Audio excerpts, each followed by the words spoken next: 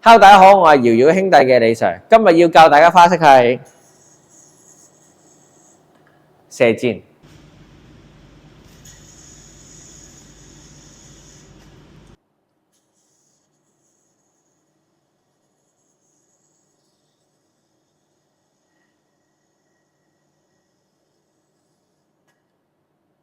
練習呢個射箭動作咧，必須要練熟勁力旋風啦。只要你嘅勁力旋風越耐，佢做到呢個花式咧嘅機會率就越高。首先勁力旋風啦，伸直嘅手，手指公向下，左手準備食指，掹前條繩，好似射箭嘅動作。然之後放手，放左手食指，咁佢就彈上嚟啦。但係頭先有個問題啦，咦？點解我頭先放落嚟嗰陣佢唔上嚟嘅咧？就因為我哋勁力旋風唔夠力，令到佢冇力上翻嚟，咁佢就上唔到啦。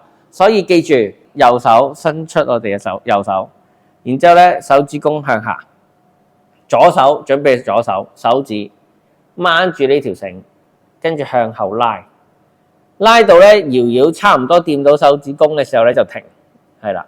咁我哋咧左手食指可以撳住條繩嘅，當我哋一放手嘅時候咧，佢就會迅速向下，咁佢就會彈翻搖搖上嚟啦。所以記住，第一步一定要練熟勁力旋風，一定要好夠力嘅，然之後再做呢個動作，同埋放條繩落去嘅時候咧，要放快啲，咁佢就會彈翻上嚟啦。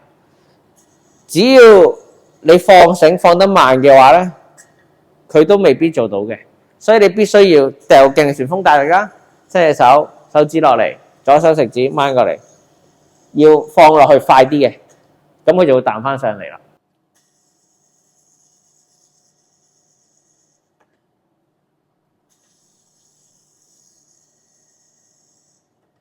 勁力旋風，伸直嘅手，手指公落嚟，左手食指掹繩，係啦，瞄準住之後放手，咁你就可以做到射箭呢個動作啦。